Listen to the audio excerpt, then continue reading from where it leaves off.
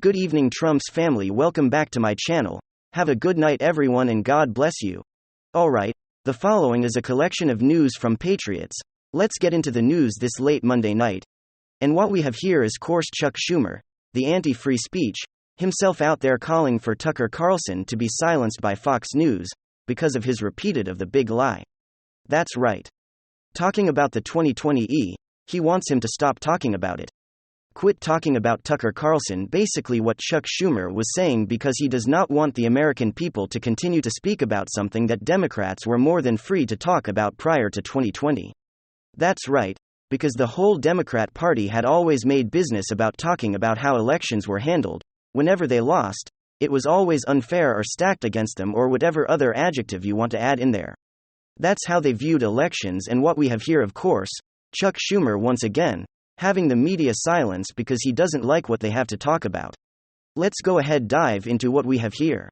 It's over here. Chuck Schumer says ordered Tucker Carlson to stop spreading the big lie. Democrat Senator Chuck Schumer demand Drepper Rupert Murdoch silence Fox News host. That's right. What's the First Amendment? Who cares, because Chuck Schumer certainly doesn't. Senator Majority Leader Chuck Schumer on Wednesday demanded Rupert Murdoch silence Tucker Carlson, another Fox News host. Order Tucker Carlson and other hosts of Fox News stop spreading the big lie, Schumer said. Schumer and House Minority Leader Hakeem Jeffries, who is also an election denier.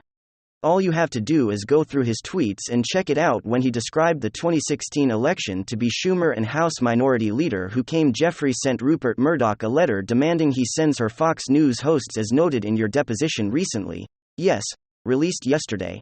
Tucker Carlson, Sean Hannity, Laura Ingraham under Fox News personalities knowingly, repeatedly, and dangerously endorsed and promoted a big lie that Donald Trump was the winner in the last contest. Though you have acknowledged your regret in allowing this great propaganda to take place, your network continues to host and to promote and spew and perpetrate electric conspiracy theories to this day. To Democrat wrote a letter to Rupert Murdoch referring to the demeaning in lawsuit.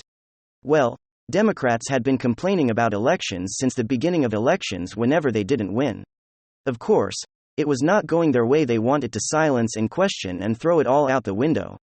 They're the ones who continue to push to eliminate the Electoral College because they say it's unfair and it's perpetuated on whiteness and slavery and whatever else you want to throw in there, because that's how they are. And so again, what we have here is a no surprise to me, the Democrat Party seeking to silence media journalists who they do not agree with, and what then they selves have done for decades. And then some significant news. It's absolutely 100% not clickbait. We are now getting information a couple of weeks after Joe Biden's physical reports that a cancerous lesion was in fact found on Joe Biden's chest and that he did secretly undergo a procedure. You could call it a surgery. I guess we'll call it a minor surgery to remove that lesion from his skin based on the information that's been gathered from Joe Biden's health report. The lesions that were found were basal cell carcinoma, which is a common type of skin cancer, which tends to be relatively benign. Doctors are saying that it's been removed, and it's pretty much gone and not a big deal. But I still think that we should talk about it. We should have an honest conversation about it, especially considering the fact that Joe Biden is basically committing to running in 2024. Again, and I think that this obviously enters the discussion as age, his fragility, and now apparently he's susceptible to skin cancer due to his excessive exposure to the sun. As we know, Joe Biden often worked as a lifeguard at a young age. So let me update you guys on this newest revelation ahead of 24. Alright folks. Take a look at this headline from the Conservative Brief. Biden has cancerous lesion removed from chest and will need regular screenings. President Joe Biden's doctor announced on Friday that a skin lesion removed from his chest last month was identified as a basal or basal cell carcinoma, which is a prevalent type of skin cancer. The doctor also stated that no additional treatment was necessary. According to reports during Biden's routine physical on February 16, his longtime physician Dr. Kevin O'Connor confirmed that all cancerous tissue had been successfully removed. Despite being 80 years old, Biden was declared healthy, vigorous and fit to perform his duties as president by O'Connor during the examination. The Associated Press reported all said, however, this is a significant development as Biden is expected to run for re-election in 24. O'Connor also reported that the area where the skin lesion was removed from Biden's chest And the president will continue to undergo regular skin screenings as part of a standard healthcare plan. The Associated Press noted vessel skin cancer as a type of cancer that arises from the basal cells, which are located in the deeper layers of the epidermis, and it is the most common type of skin cancer, accounting for 80% of all cases. Cell skin cancer usually develops on sun-exposed areas of the skin such as the face, the scalp, ears, neck, shoulder and back. The main cause of this particular ailment is exposure to ultraviolet UV radiation from the sun or tanning beds. People with their skin, light-colored eyes and a history of sunburns, or excessive sun exposure are at a higher risk of developing this particular type of ailment. Other risk factors include a family history of this type of illness, exposure to chemicals such as arsenic, and a weakened immune system. Symptoms of this particular disease include a small pearly bump on the skin, a red scaly patch that may bleed or crust a sword that does not heal, or a shiny pink or red bump that may be raised or flat. It usually grows slowly and rarely spreads to other parts of the body, but it can invade nearby tissue and cause damage if left untreated. The purpose of this video, of course, isn't to exaggerate to make the claim that Joe Biden is sick, rather just to continue to raise concern. The man is 80 years old. And by the time he's running for president, again, he's going to be 82 if he was to win in 2024, that would make him by 2028. If he was to win that election, 86 years old, by the end of his second term, nearly 90 years old, or on his way, more than halfway on his way to 90 years old. And now on top of that, to make matters worse, we're getting reports that Joe Biden had a cancerous growth on his skin, and that he basically fits all the criteria of having a consistent issue with these types of cancerous lesions. I read up a little bit on basal cell carcinoma from medical sources like Johns Hopkins Medicine, as well as some other reputable sources on the issue. And while this particular ailment isn't necessarily hyper-aggressive, it doesn't mean that it's benign either for Joe Biden, who happens to be an octogenarian, and based on what we read about this particular type of cancer, he happens to fit almost every single risk factor.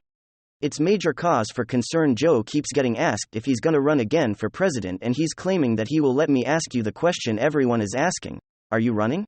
But in the end here, I don't think it's partisan. I don't think it's crazy to say that Joe Biden should not be running. He's clearly reaching the end of his life.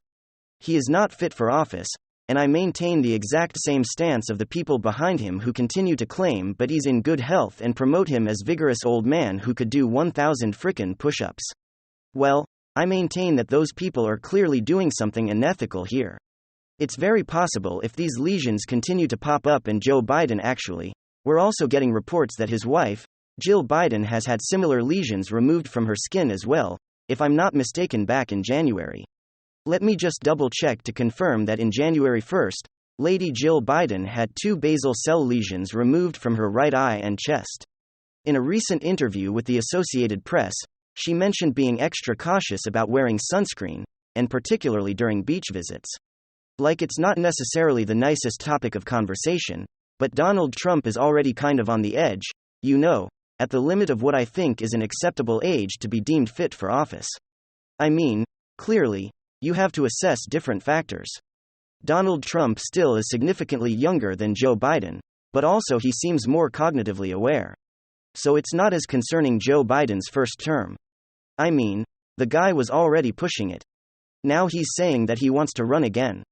And it's just so many red flags on top of each other.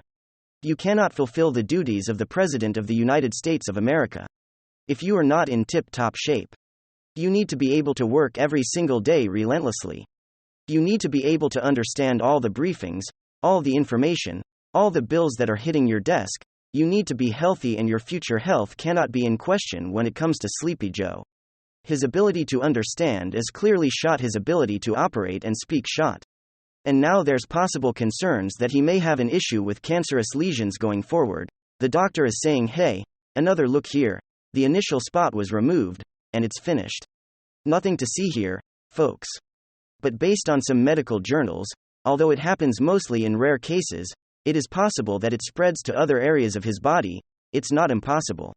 The simple fact is that Joe Biden's health is at risk. His immune system is absolutely compromised, which is one of the biggest factors when dealing with really any disease or any ailment as you get older. Joe Biden's first term, I think most people were willing to give it a try moving forward. Understanding this kind of information, understanding where Joe is cognitively and physically, and the fact that he's going to be 86 years old by the end of it, it just can't fly. Like I stated earlier, the guy is at the end of his life. It sounds dark. It sounds cryptic. It sounds, maybe unethical to be saying, but I think it's just simple fact. I wouldn't be having this conversation if Joe was just some random Joe Schmo on the street, but he's the President of the United States, for Pete's sakes. And I think that all of this information is highly relevant. Joe Biden should not run for a second term as President of the United States of America.